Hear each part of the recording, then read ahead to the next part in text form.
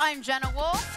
That is the Hall of Famer. You guys probably know who he is. His name is Cris Carter. Back home, everybody. Thank you. Welcome, everyone. That is Nick Wright, and you know where we are. We are here at the Ohio State University, back where you went to school, back where you wished you went to school. Well, I mean, that's a let's not start the show off with a little lie. But I'm very happy to be here. This is very great. Happy to We've be on got Chris's old stomping We've ground. got a beautiful crowd of lovely, brave souls who got up early to be with us this morning. So thank you to all of you. Hang out with us for the next 3 hours. It goes like that. Trust me, it'll be good. All right, so we are here because it's a big game on Saturday. It is the college football matchup of the weekend. Number 2, Penn State coming into number 6, Ohio State. And Ohio State has been on a roll, averaging over 50 points in their last 5 games, while Penn State has won its last 16 regular season contests. No drama or anything in this one. Hardly a matchup, said nobody ever. Cece, I will start with you. I have a feeling I know what you're going to say. Who's got the edge in this matchup on Saturday? Well, you have to be, as an Ohio State fan, you have to be terrified of what Penn State has shown. And it's not only this season, it's what they've done the last 2.5 years. Last year, Ohio State trying to get into the college playoff, lost to Penn State, so there is a revenge factor there. But what I'm looking at is one of the great programs in college sports. It's like Nick Saban when he went to Alabama, when Urban Meyer decided to come back to Ohio. These kind of schools, when they get the right coach, Harbaugh going to Michigan, James Franklin coming to Penn State based on what they've been through, having the program as the number 2 ranked team, finishing last season, unbelievable with the bowl game. So now the nation is starting to see the resurgence of Penn State, and we're so happy to have them in the Big Ten. So we have 3 teams in the top 6. So who's the best conference in college football? It used to be the SEC for 10 years, but now it's the Big Ten. So I'm excited to showcase. Very gracious, Cris Carter. CC, I understand it's a great coaching matchup between arguably the best coach in college football, Urban Meyer, and arguably the best young up-and-coming coach in James Franklin. I understand it's 2 of the best defenses in the country. I know Saquon, Barkley, the Heisman frontrunner, is going to be out there. But what I am most excited for, what I want to see more than anything, is the quarterback for Ohio State. Because I think JT Barrett has an opportunity to rewrite this chapter of his legacy. Let's be with JT, his freshman year, we thought this was a guy that was going to join you as a first-team All-American, maybe a multiple-time first-team All-American. He was unbelievable as a freshman. And then we saw this season against Oklahoma, it looked like that was the weak point of the team, was the passing attack. Well, all of a sudden now, you can erase that Oklahoma loss with a win. You can put yourself back in the driver's seat for the college football playoff with a win. And JT Barrett, who has struggled against top 5 opponents, can at home against a top 5 opponent. What I would like to see him do is go out there and recapture some of the magic we saw from his freshman season. If he does that, Ohio State's going to win this football game, because one thing we know about Ohio State under Urban Meyer, they score at least 25 points. They're unbeatable, and so that's what I'm looking for on Saturday. Yeah, JT has had an unbelievable career. He's the only 3-time captain in the history of this school. I think we've been playing football over 125 years, so that speaks for itself. But also, if you look at the collection of talent, Cardell was here, and Braxton Miller was here. He also got injured. So his career, it seems like he's been in college football for 10 years. But with having a new offensive coordinator going into his senior year, we thought that it would revamp the passing game, because when we won the national championship, it was because the intermediate and the long passing game. So that's what a lot we'll be looking for in Saturday's matchup. How is the intermediate passing game, and can the Buckeyes throw the ball deep? Because if they can't do this, then they're going to lose to Penn State. And I want to be fair to JT, because on the season, he's 21 touchdowns to 1 interception. He's been outstanding, but they are the Oklahoma game. The Oklahoma game, if they don't win the Penn State game, and you say, okay, the numbers are great, but it's not what people would have hoped his senior season. So I'm rooting for him. From what you've told me about him, he's a great young man. I know he has the respect of his teammates from what you've described as the only 3-team captain, 128-year history of the football program. So this is such a cool opportunity for him. In the biggest stage he's going to play on at home the rest of his career, most likely. And all that pressure's not on him. He's got 2 running backs, both of them more than capable of dominating in the game. And also the young group of wide receivers have really begun to mature. We've lost 2 guys to the NFL draft, probably shouldn't have gone the last 2 years, and that's hurt the passing game. So you need help. It's a team game. JT needs help from those wide receivers, but a lot of it will be determined based on, can the Buckeyes throw the ball against Penn State? CC, you glossed over earlier, and I say glossed over, it took you 1 sentence to get through the fact that the revenge factor may actually be an issue here. But this loss for them last year, this was a loss to Penn State in overtime. Yes. It sticks with them. And all this week, from Urban Meyer down, a lot of these guys were saying, hey, we remember it. There's a chance we were caught off guard. There's a chance maybe we went into this and we didn't factor that team in as seriously as we should have. You know the fans are going to be ready for this game. How much does revenge factor in when you're game planning all week for a big game like this? I mean, do you remember what happened last year? Well, the thing in college, the games are more rememberable. So the kids are younger, so it's easier to motivate them on something. Also, we have a goal board at Ohio State. A goal board. That means, what do we, like a vision board. It's like, what do you want to accomplish? Vision board? That's yes, adorable. Absolutely. But every year, cute. it starts with the Big Ten championship. Then it starts with getting to the Big Ten championship game, winning that, and the national championship or going to the Rose Bowl. So Penn State stopped our season last year. You know, so yes, it is a game. It is a rivalry. You know, they talk about the team up north, but Penn State and what James Franklin has done has created a rivalry with Ohio State, and it's great to see. And we can't talk about Penn State or talk about this game without also talking about the guy who is probably the most coveted draft prospect playing in this game, the guy who right now is the leading Heisman contender, and that's Saquon Barkley. The thing that I'm certain, and we'll talk with Urban Meyer when he joins us in a few hours, that Urban Meyer is stressing to his team is this guy he can't only hurt you as a running back. Yes. He is more all-purpose yards per game than any player in college football. We saw him start off the Indiana game with a kick return touchdown. We have seen him go out in motion into the slot and beat linebackers consistently all season. Saquon Barkley is the man that keeps the Penn State offense moving, not just by handing it to him, have him go 5 yards per carry. And on top of that, that's what Urban Meyer said, too. This guy is one of the most dangerous guys we have faced, and he's seen it in a really long time. Yeah, and we also have one of the best linebacking cores in college football. So it's a good matchup. He's a tremendous player. Urban said that he is probably the biggest threat from an all-purpose from a back that he's seen in college football for 30 years. Now, we had Zeke here, so Urban didn't face him, but that's the kind of breath that he's putting Barkley in as far as the amount of respect that we have for his game. Did you think that was an overstatement? He said, in my 30 years, he might be the biggest threat I've faced. Urban does not get into hyperbole. Like, if he said it, that's what he really means. That's what he's saying to his team. The kid is a phenomenal football player. And Urban, with his career, Bowling Green, Utah, and then SEC at Florida, if he says it, I believe. Well, I'm seeing one of the best backs that I've seen, definitely in the last 10 years. As far as 30 years, I'll lean on Urban with that. If he said it, I believe it.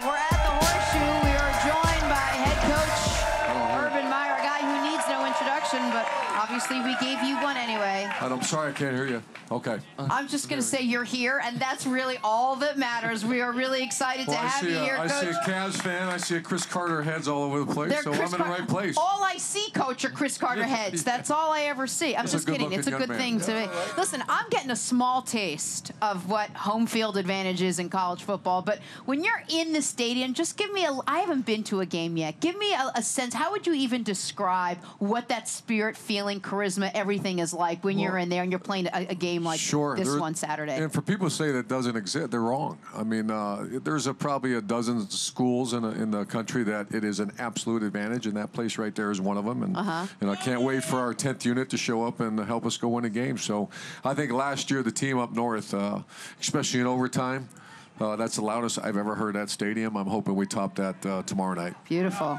Also, so you're issuing a challenge for the hometown fans. There's going to be enough of a challenge as far as Penn State, what they present to you. Coach, you mentioned this week Saquon Barkley, maybe the best all-purpose back that you've seen in over 30 years of coaching. Now, Coach, I've been following you the whole way, and you're a good friend of mine. You face some great backs.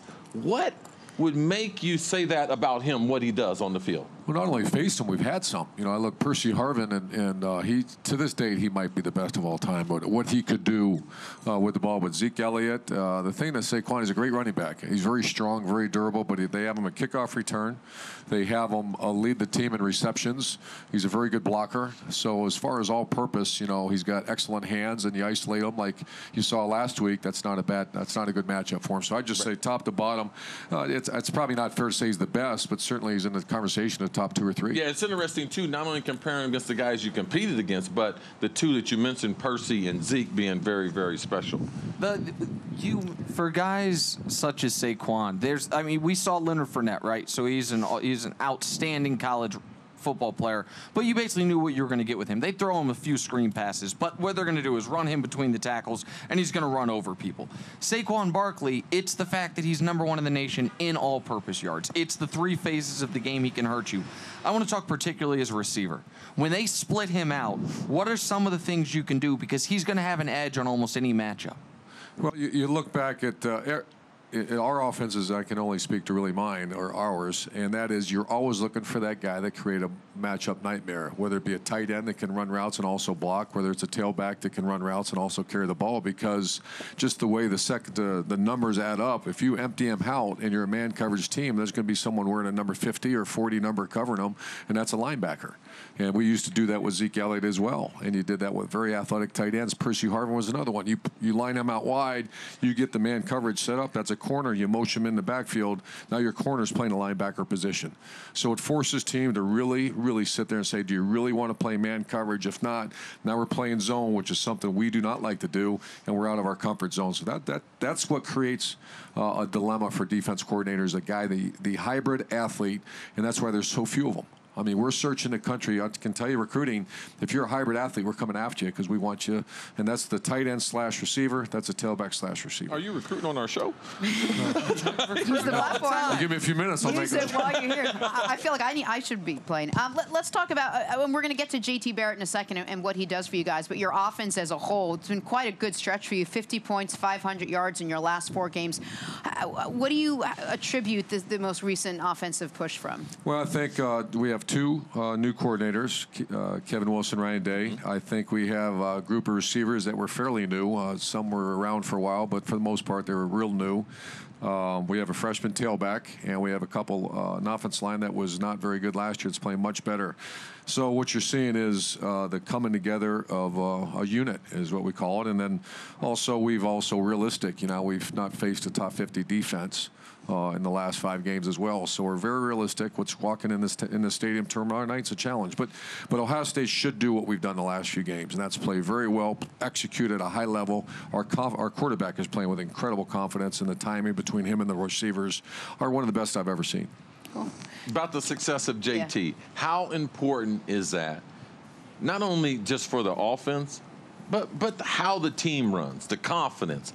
Does it bleed into the special teams and in the defense? Because he's been one of the most special leaders, and talking to you personally, that you've ever been associated with. Yeah, the quarterback position is the most unique position of all the sport. And I'm not disrespecting other sports, and I'm certainly not an expert in them, but I'm an expert in football that my whole life's been around it. Every snap, 10 guys are looking at you and asking for an answer. When your team comes together, they're looking at you expecting an answer, and you better be confident, you better be real, you better be tough, or your team's not very good. And there's no greater example of the NFL. The best NFL teams got the toughest quarterbacks.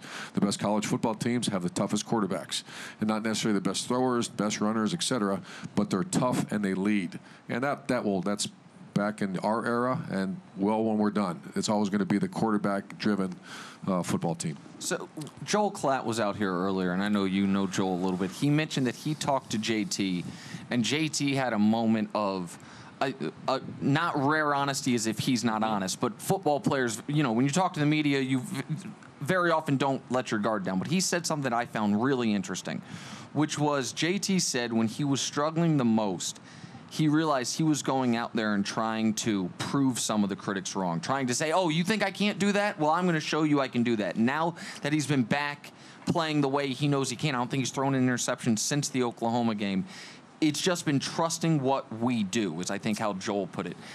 Have you seen that? Like, does that mesh with what you're seeing on the field? Sure, and I've been very lucky to coach some incredible quarterbacks, from Josh Harris to Alex Smith, Chris Leak, Tim Tebow, Cardell Jones, Braxton, and JT. And, you can say disregard the media, you can say disregard the fans and all that. No, you're not. You're going to hear them. We're all human. We all have a little bit of that. He's at the point in his career where I really believe he has tuning everything out, and I'm going to go execute the offense the way they're asking me to execute. And I think he's at that point in his career, like I said, that there's no doubt in my mind he's doing that. He's disregarding everything, and I see the focus, and I see him get ready to play. I follow up one more on JT, because you guys are, as you mentioned, in this winning streak, you haven't played top 50 defense. Well, you're not just playing top 50 defense, not just playing top 5 defense. You're playing the #1 scoring defense in the country. That's tough for anybody. What, out of your quarterback particularly, as you talk about the importance of it, do you need to be able to penetrate this Penn State defense that really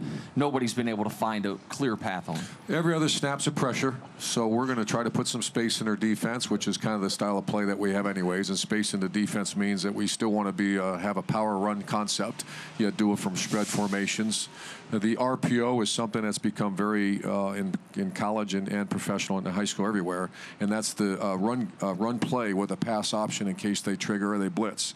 That's something JT is exceptional at, because I used to call him the distributor. He can distribute the ball wherever it needs to be because he's so smart and understands defenses. So we need to continue to have space. We can't be, you have a tendency sometimes when the team's blitzing a lot to bring people in. That's what the defense wants. We need to be in space, and the quarterback's got to keep us in good plays. And that a lot of times you're seeing, when you see things going on at the line of scrimmage, he's changing what he saw because he saw a trigger from the defense. Coach, you've had a number of great coaches at this great university. You being born and bred in Ohio, you understand the significance of being the coach at The Ohio State. You've only lost 7 games as the head coach. You lost 1 last year at Penn State, but I was really surprised in your prep this week that you said that there was a revenge factor, particularly going against Penn State this year because of what happened last year. Now, you're not a coach that teaches revenge. So what led you to it being some type of revenge from last season's loss to Penn State? Well, I think there's always that. And now, are we going to use that and that's going to be the mantra? No, it's not. I mean, that's a foundation built on sand. You know that. That's after the foot hits the ball. If revenge is over, you got to go play the game. Yeah, you're talking about 17, 18, 19-year-old players. You're talking about a 53-year-old coach that was in that stadium last year. We lost the game. Do we want to beat this team in the worst way? But like you said, that's not our style to come up with catchphrases or things like that. It's all about execution of playing. But we're all in this thing together, and we all took a shot right in the jaw last year, and we're going to do our best and not let that happen this year. Now, you, Coach, you've gone out of your way to set up a marquee schedule. Like your off-season scheduling, it's become important. Now with the college playoff, why have you done that for your football team? You're talking about opponent schedule? Yes. Oh, yeah. I think I don't get too much involved with that, though, Chris. Gene and I talk every year, and Gene Smith, our athletic director, and I think you have to play an elite team every year. And we lost one earlier this year. We made the decision to play a top 5 team in Oklahoma and lost. But last year we got into the playoffs because we went to Oklahoma and beat them. So I think every year you play the top 5, top 10 opponent, then you play a couple other games, and then you go into the Big Ten schedule. Coach, I spoke to the team at St. John and everything. That's the first time I've ever spoken, and we lost. Are you? You're out. You're out. Jenna, next question. He's never out. I just have to tell you, he wants to dot the I. He's afraid to ask you. He's afraid to be told no. But just let the guy dot the I. Like, that's what the guy wants to do. Okay, it's all right. Done. No one's asked me, but if they do, let Chris dot the I. We're finished. I do want to ask you about the conference, but first. We're excited about the game as media members. Fans are super excited about the game. I have no doubt, right? No doubt you're excited. No doubt that your players are excited. And this is a big game. It's a national game. There's a lot on the line here. How do you make sure that your guys, when they get on that field, are ready to just play football and tune everything else out? Because it's easy to say that. It is certainly not easy to do that. Well, the militaristic model says when contact is made, you revert back to your training. And that's a lot like the conversation about revenge or about we dislike something or dislike someone. Those are all foundations built on sand. What's built on rock is all the training they've gone through. They've been trained for this moment since they've walked on campus as a true freshman. Now, certainly the guys who've been around for 3 years, the JT's going to be fine. But there's also Jordan Fuller is going to make one of his first-time starts in a stadium like that. We have group receivers, still relatively young. So they've been trained, and it's not something, it cracks me up when I spent actually 1 year in TV, and someone says, hey, what'd you say at halftime? I don't know. It doesn't matter what you said at halftime. This is a great saying. When contact is made, you revert back to your training. Contact's going to be made there at 4 o'clock in the or whenever it is, 3 or 4 o'clock in the afternoon. You should probably know when. No, 3:30, Coach. 3:30. By the way, but the best trained team, they revert right back to the training. That's focus and do your job. Another great philosopher, Mike Tyson, said everyone's got to play until you get punched in the mouth, which is, I think, maybe a less eloquent way of making the same point. All right. We don't have a ton of time left, and I know this is probably something you're not super comfortable with, but you're sitting next to Cris, so I feel like maybe you'll do it. Even people that aren't huge college football fans have to look at your career and say, there is something Urban Meyer must know about being a successful leader that is applicable anywhere. You went to Bowling Green, most success they've had. Utah, Florida, Ohio State. Everywhere you've gone, it's been incredibly high-level success and pretty quickly. What is something that, for non-football coaches, that you would say about leadership that people can apply to their day-to-day lives? I think we're all leaders. Every one of us at this table are certainly leaders, and leaders in your own right, whatever that may be. And I think, I used to look at leadership. How about this? This is a real shallow quote of what I used to think leadership was. Set a standard, demand I'll live up to it. That's incorrect. What your job as a leader is to earn people's trust. Then you make a very clear standard, and then you equip and inspire those who live up to it. So I'm going to say that again. So what's a real leader do? He earns trust. People fail to do that a lot of the time. How do you earn trust? That takes time, man. You can't say, do you trust me? No, you don't trust me. You don't know me. So it takes a lot of time, earn trust, and then you equip and inspire people to live up to that standard. And the shallow way of saying it, hey, do it this way, that doesn't work anymore. Certainly not nowadays with the style of, or the young people we get nowadays. All right. I want to make one other point that's not going to make you uncomfortable, might make my partner uncomfortable. I don't know if you've seen his Hall of Fame speech. I was right there. The very beginning of his Hall of Fame speech, the one place of regret he says he apologizes to Ohio State. He says, I'm sorry I wasn't able to finish 4 years there. And there was a time when Cris Carter wasn't, with full open arms, the man he is on campus here because of how he left. I can tell you personally how much it means to him that the way you have embraced him in particularly, back at his alma mater in his home state, that means so much to him. And as Cris, one of my best friends in the world, I thank you on his behalf because I know how much it means to him. That's well said, man. I love Cris. Love you, boy. Thank you, Coach. I can't play anymore, but we're wrapping it up. We talk about your leadership. What kind of kids are you trying to recruit to play for Ohio State at this point in your career? What kind of kids you want to be involved with? Bill Belichick said it to me last year, right in the Woody Hayes facility. I'm sitting there talking to him, and we're both, a little older in our careers. And I looked at him, and he said, at this point in my career, I want to coach people I like, and that's it. I'm not coaching people I don't like anymore. I mean, I even tell our team that all the time. If I don't like you, I'm not coaching you. And what is I like? I mean, what I like from people, I want people to be selfless. I want people to work extremely hard. Yep. I want to have focused people that represent Ohio State, the name on the back of that jersey the right way. And I guess I'm at the point where if I don't like you, I'm not going to coach you. Thank you so much, Coach. We can't thank you enough for hanging out with us. We are in town for the Ohio State-Penn State game on Saturday. We are all things Ohio State right this second, including Fox College football analyst and former Ohio State great A.J. Hawk, who's hanging out with us. A.J., first of all, welcome. Thanks for being here. It's relatively chilly. These guys apparently don't feel the cold. It's I'm going to call it freezing. There is a blanket the size of a small state that's on my lap. I'm getting a small taste of what home field advantage is going to be like on Saturday. Can you just open it up ever so briefly? Is it this time, say, a million of what we're going to expect on Saturday? Yeah, I would say today, Friday morning, you're going to see people start trickling into town, and you'll see RVs and campers set up, and it's amazing. I was just pulling in this morning. I was actually at the stadium yesterday, and I still got chills pulling in and looking at the lights on, and just it's a special, special place, and I think there's going to be it's going to be electric here tomorrow. Nice, I love it. Okay, well let's just talk about and set the stage for what will be a really big game on Saturday. Let's look at the big game right here tomorrow. Number 2 Penn State taking on number 6 Ohio State. The Buckeyes have been on an absolute roll, averaging over 50 points in their last 5 games, while Penn State has won its last 16 regular season contests. So, AJ, I will start with you. If you can just sort of set the matchup for us. Who's got the edge in this one? I mean, obviously, I think how Ohio State's been playing, you look these last 5 games, that's like the question. What are we going to see? They're coming off a bye week. They had the stumble against Oklahoma. Everyone wrote them off. The sky is falling. The world's going to end. What are we going to do? And then they go on this run. JT Barrett looks amazing, back in the Heisman race. I just feel like Ohio State's on such a roll. I hope this bye week didn't take a little bit of momentum away from the team. I think they got healthy. But I look for Ohio State to come out there, use this home field advantage for themselves, and to try to bottle up Saquon Barkley, and they'll be fine. How would you do that as a linebacker? I mean, it seems easier said than done. It's much easier said than done. I think with this front four that Ohio State has, we've heard about them since 6 months ago. They're talking about how this D-line is deeper than some D-lines that Greg Schiano had in the NFL, which is a big statement to say. Mm-hmm.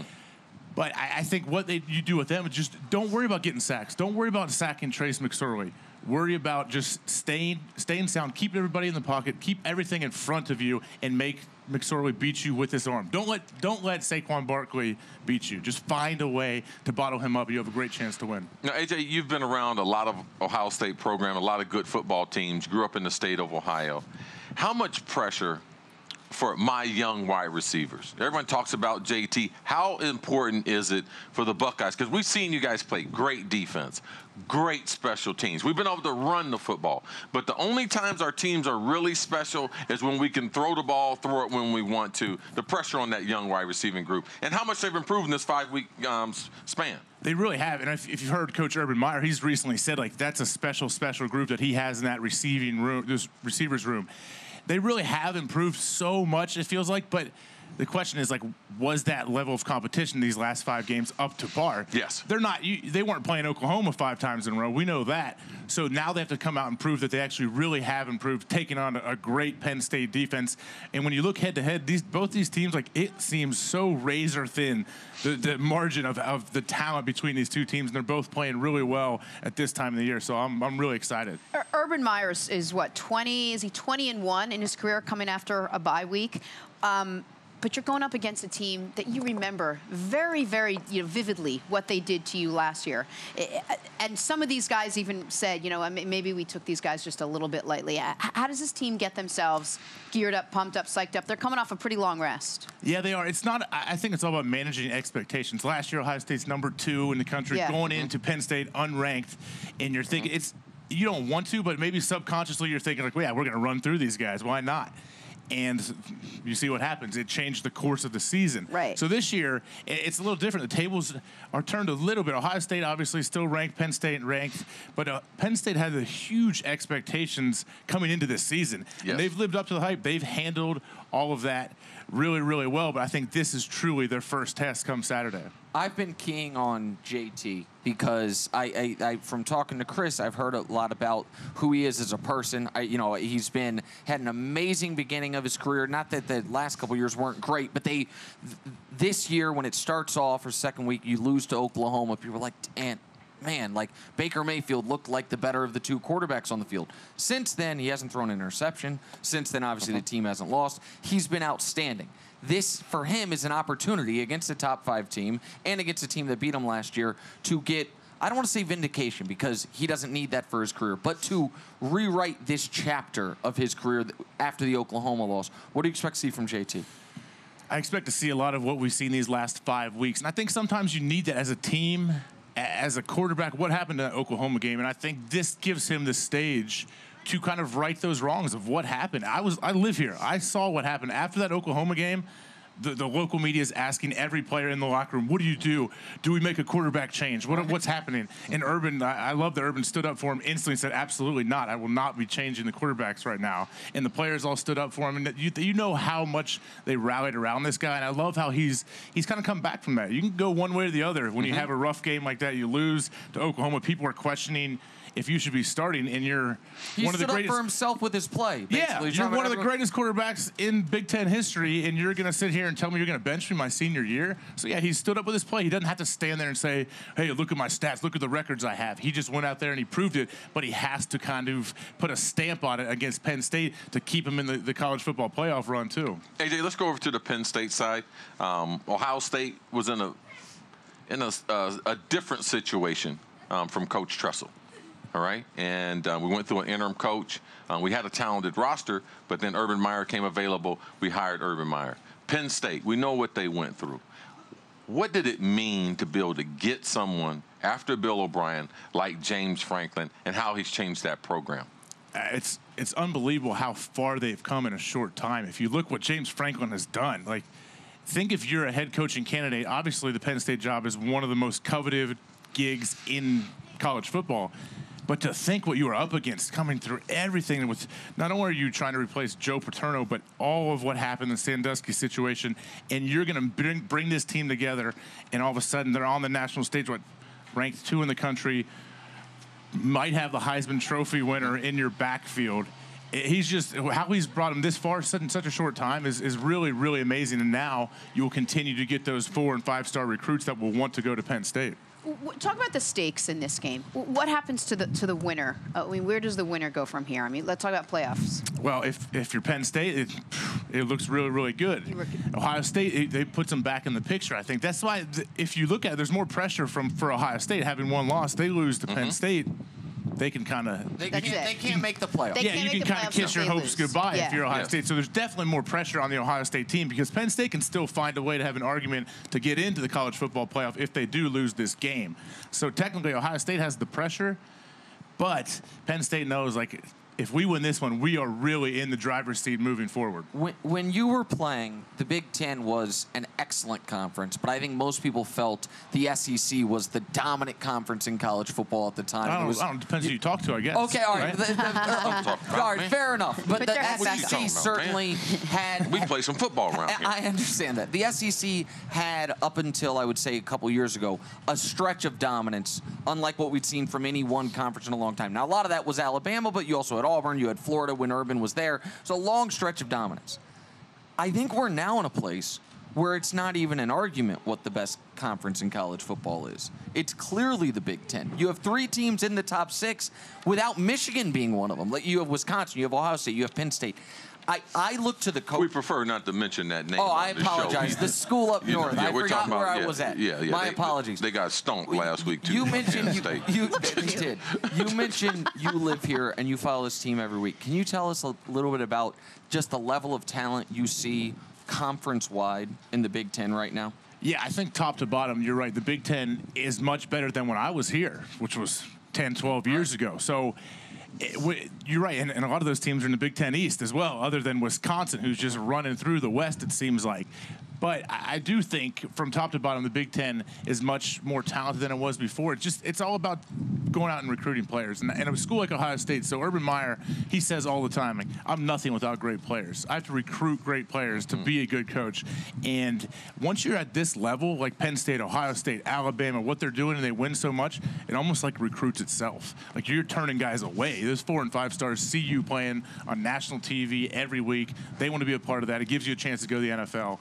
So this is that's why this is a good matchup. Really quick, we're going to a break. Being born and raised in Ohio, what does it mean for you currently today after making that great decision to decide to play football for the Ohio State? Oh, I can't. I've tried to look at my life and realize what would I have done if I didn't go to Ohio State. I honestly, I cannot envision my life. If you didn't go to Ohio State, you would be Nick. That's AJ. a good gig. I'd like to co-host a national TV show every day. Why not? Cece, say your line. You were trying to set him up to say the line. Say your line. It's not a 4-year decision. It's a 40-year decision. Very, very true. It is. My whole life is in Ohio. I can't imagine if I would have gone somewhere else. I don't know who I would be, really. The Dallas Cowboys, they're heading to Washington this Sunday to take on the Redskins in a big NFC East showdown. Dallas is trying to improve to 4-3. Nick, would you call this one a must-win for the Dallas Cowboys? I would not call this a must-win, and I like to make damn near every game a must-win. Everything for you is a must-win. The reason I don't think they have to win this game, even though I do think they will win this game, is what we've seen over the last month is the Cowboys offense getting back to the Cowboys offense of 2016. Since the start of October, this is the best offense in football. They're second in points, they're first in yards, first in rushing yards, fifth in passer rating, even though Dak continues to get overlooked. So as long as the offense can keep ticking forward, you can fall to 3-4. I don't think they will, but you can, because aside from Philly, no one is running away with playoff spots in the NFC. Everyone is jammed together at 2, 3, 4 losses. But is it fair to say, though, CC, one of these two teams has to win this game if you want to even be able to touch the Philadelphia Eagles in that division? It's a very important game, and it is a must-win situation for one team. Washington can afford to go to 3-4 because it doesn't look like Washington is going to lose one of their star players down the stretch. Ezekiel Elliott, the judge, is back off of vacation. As much as I love my Buckeyes, there still is a great chance that he's going to have to sit 6 games. Yep. So if Dallas goes to 3-4, how would they ever be able to recover? So it's a must-win for them. The good thing for Dallas is the offensive line, after a bye week, they begin to play like the offensive line that we've seen in 2016. So we gave Zeke a lot of the credit. Big game, over 200 all-purpose yards in last week's game. But Washington's defense is a lot better than San Francisco. San Francisco hadn't had a victory. I expected Dallas to play the way they did. Now can they follow it up with some type of consistency? Because that's what we saw in 2013. Subplot. Watch for the matchup between Dez Bryant and Josh Norman. Josh has been out for a couple weeks with a rib injury, coming back to face Dez. Josh has had a lot of success against Dez, so this is one of the battles inside the battle, but a must-win for the Cowboys. They got to get it done. Josh and Dez are in those commercials together where they're texting each other. All right, so here's the thing, CC. I understand the Cowboys have the Zeke suspension looming over them. I get that. This offense has clicked to another level the last month, and Zeke was the main component in the last week game against San Francisco. But Dak was the main component against Green Bay. Dak was the main component against Los Angeles. Now, those were losses, but they were losses where they scored 30 and 31 points. They averaged 34 points their last 3 games. You asked Jenna whether or not they're going to catch Philly. I would agree if we're talking about for the Cowboys to win the NFC East. Yeah, this is a must-win. The next week's probably a must-win. Like, until Philly starts to show some real kinks in the armor, darn near every game's a must-win. But I'm not talking about to win the division. I'm talking about to make the playoffs. I now think in the NFC, 9 wins might do it. I'm certain 10 wins do it. Can they get there if they fall to 3-4?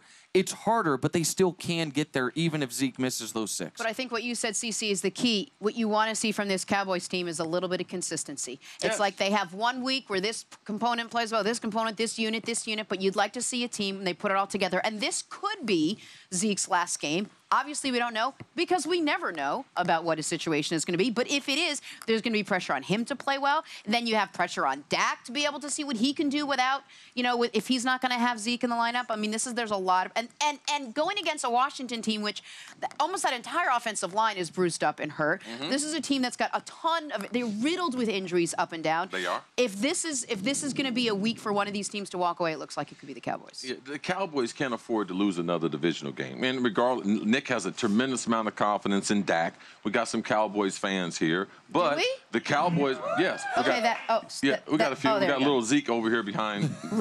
But what Nick does not want to give credit to, the best player on the Dallas Cowboys is Ezekiel Elliott.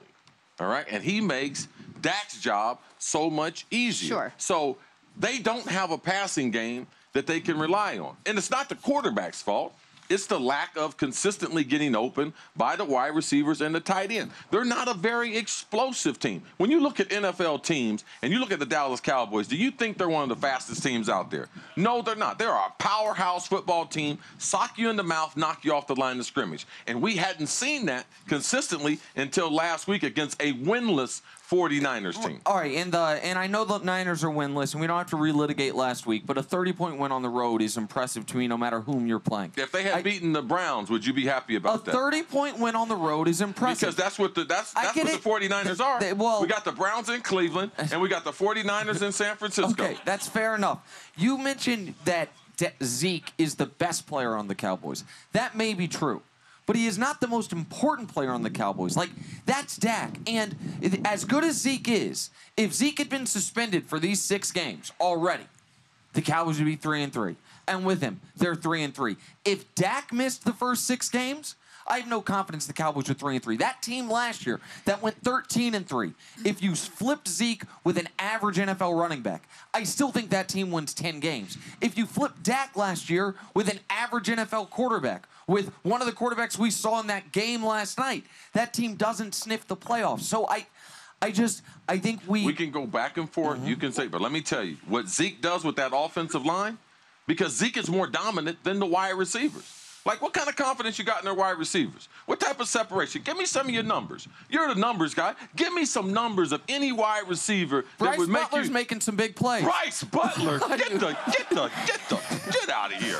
Bryce Butler. Yeah, every team needs a Butler. Yeah. How many catches has he got? How many touchdowns? Bryce Butler? Not a lot. How many? Not a lot. I think he has 18 catches on the year. But they're big plays. The most consistent thing, okay? And what Zeke is the deodorant for that receiving core that is not great, bro. So I would be remiss if I didn't ask the same question I ask every single Friday before a Sunday Cowboys game. Will this be the Sunday that Dez gets, a touchdown, 10 catches? Will the ball go to him? I know he's got a tough matchup. This would be the game for him to win out and beat out. No, there's a better chance of me catching 10 balls this weekend.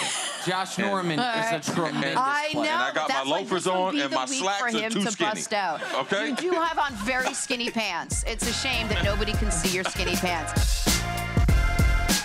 We're going to switch gears and move on to the NBA now. And LeBron James. LeBron has been absolutely dominant in the last 3 games, averaging more than 28 points and 9 assists. You guys are okay. You guys are Cavalier fans. I picked up on that.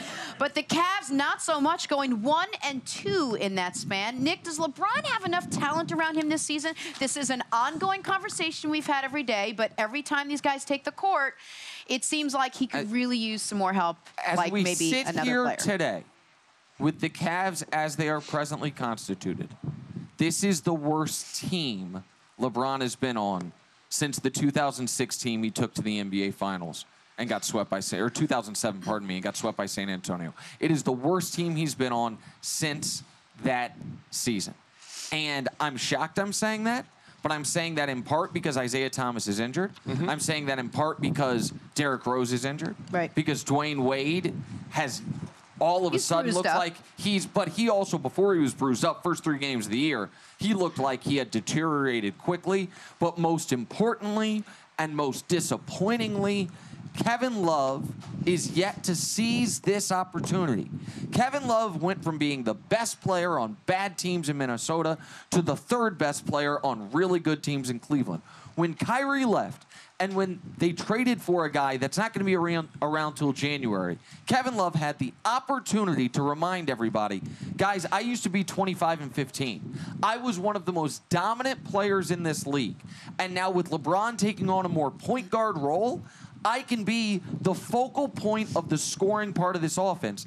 And he has not taken advantage of that opportunity. He's shooting 24% from 3, 40% from the field. That's why I'm so disappointed, because he's supposed to be an all-star caliber player, and he's not playing like it. CC, question for you. How much of their poor play, we understand that they've shuffled in a couple different lineups, but they also just don't look comfortable out there. Like, is poor play sometimes because they don't feel comfortable, guys are playing different positions, they don't feel like they're in their game at all, and why aren't they? Yeah, you're right. You make a good point, but it's also, that's what we're seeing around the league.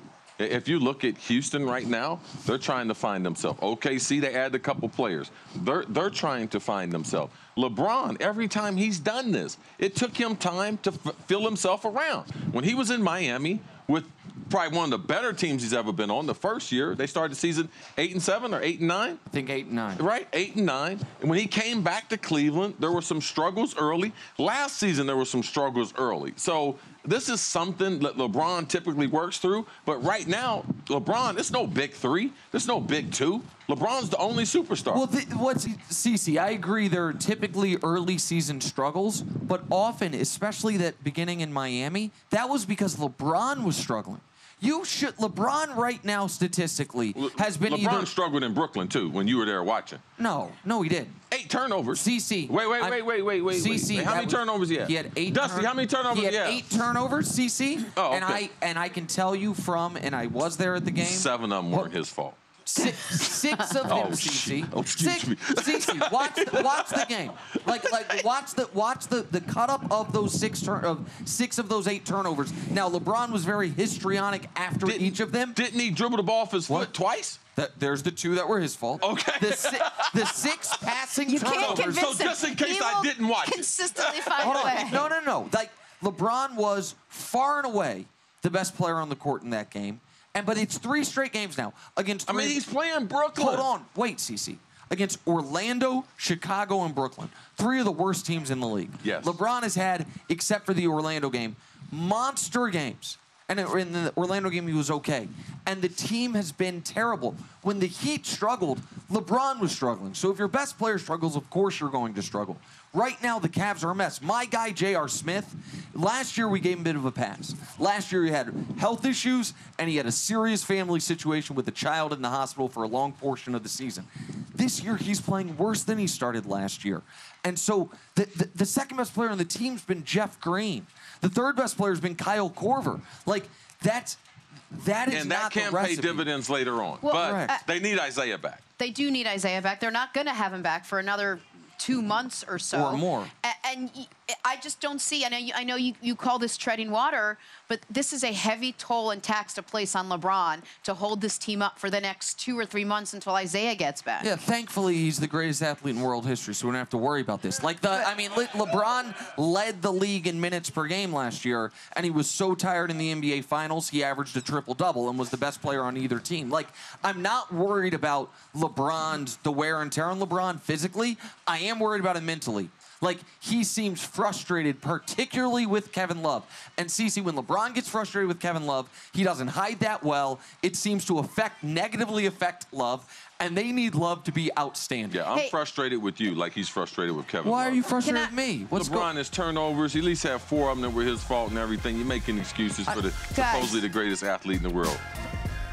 Thank you for listening to the First Things First podcast. Remember, leave us a review and tell us what you think. Subscribe to the podcast on Apple Podcasts and catch us on FS1 Monday through Friday, 6:30 a.m. Eastern. For Cris Carter and Nick Wright, I'm Jenna Wolfe. So long, everybody.